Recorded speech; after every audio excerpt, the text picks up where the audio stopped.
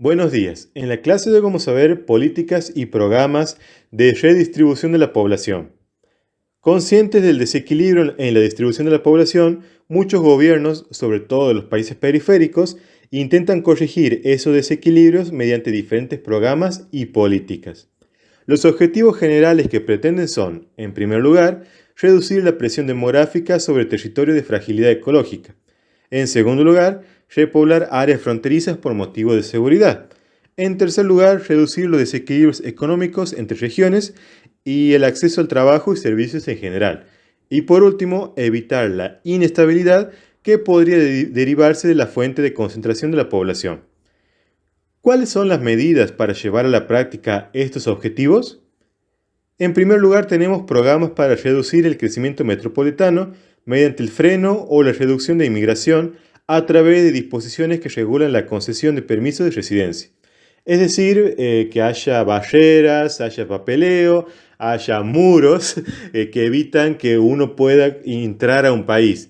Por ejemplo, para ir a Estados Unidos o Suecia o Suiza también, te piden una cantidad enorme de papeles. Te piden que hagas cursos de idioma, rindas idioma, que muestres todos los papeles de tu árbol genealógico, madre, padre, abuelos, bisabuelos, hasta a veces tatarabuelos te piden que muestres tu nivel educativo, hasta qué nivel has llegado. Sobre todo si tienes nivel universitario, mucho mejor. Ahí recién capaz que te dejen entrar, aunque sea por la ventana, como quien dice. También te piden el nivel económico que tienes, en qué estás trabajando ahora y en qué planeas trabajar. Si alguien te ha contratado de ese país, que también presente esos papeles. También te piden cómo está formado tu núcleo familiar, si tienes familia, si sos soltero, si sos divorciado, si sos viudo. En fin, te piden una serie de papeles tales que sirven como barrera para que vos entres al país bueno, formes parte de él. Esta es una de las medidas o formas de política de distribución de la población. Otra sería los programas de traslado de la población urbana a zonas rurales mediante medidas coercivas. Básicamente, en siglos pasados, gobiernos o estados obligaban a gran parte de la población de las zonas rurales, las zonas urbanas, perdón, a trasladarse a zonas rurales. Por eso dice que es coerciva, porque eran obligados a vivir ahí.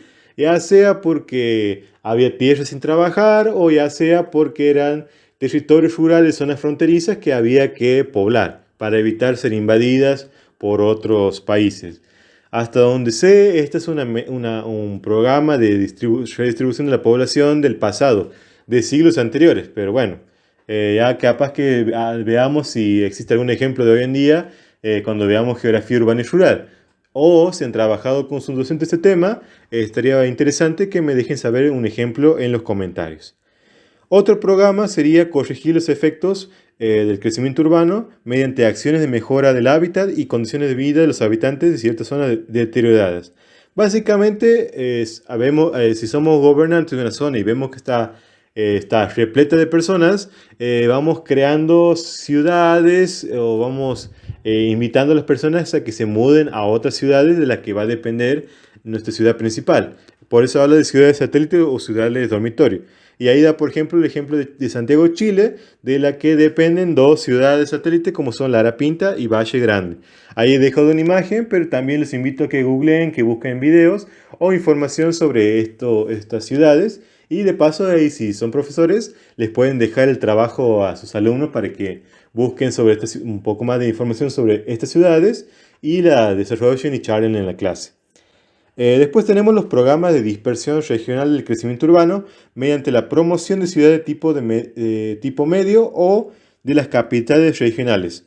Básicamente sería de que una ciudad que no tiene mucha población o necesita población o quiere acrecentar su economía, su cultura, su educación, su política.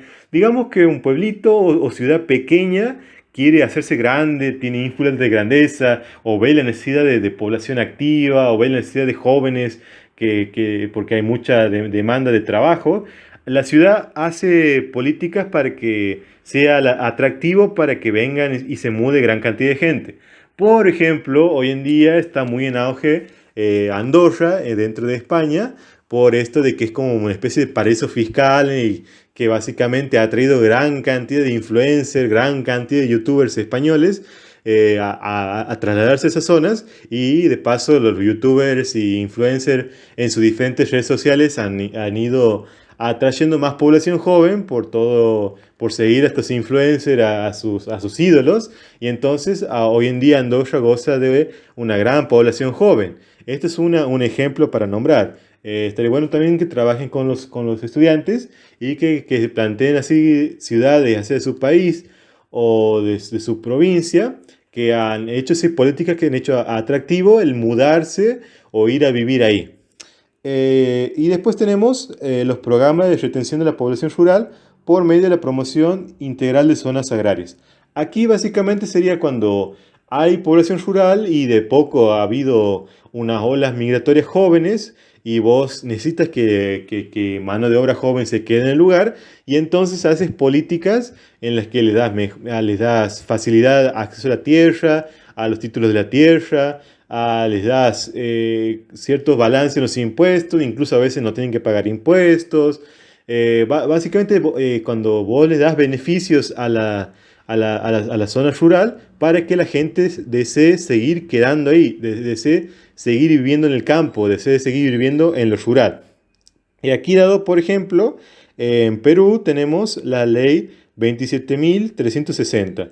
Le hago la aclaración de que es en Perú porque cuando me tocó trabajar este tema, lo vimos solamente como la ley 27.360 y yo pensaba que era de Argentina. Y después cuando googleo veo que la ley de Argentina referente a ese número era otra cosa diferente. Así que por eso hago la aclaración. Así que bueno, básicamente eso sería este programa. Que uno quiere que la población rural o de campo se quede ahí, siga produciendo, siga trabajando la tierra, y entonces haces medidas como menos cobro de impuestos, más acceso a la tierra, ciertos beneficios para que las personas deseen quedarse en el campo. Y por último tenemos los programas de traslado de la población rural hacia otras áreas menos pobladas y con gran disponibilidad de tierras que permanecen desaprovechadas.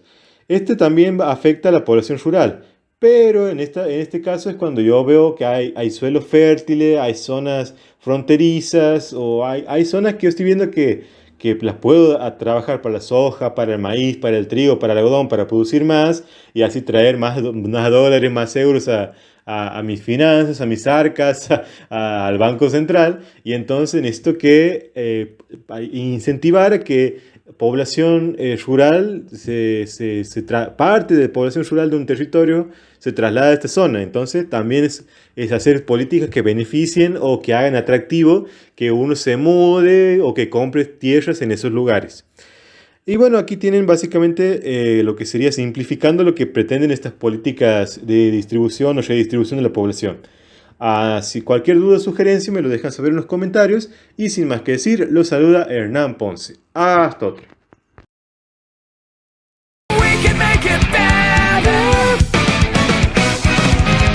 Together we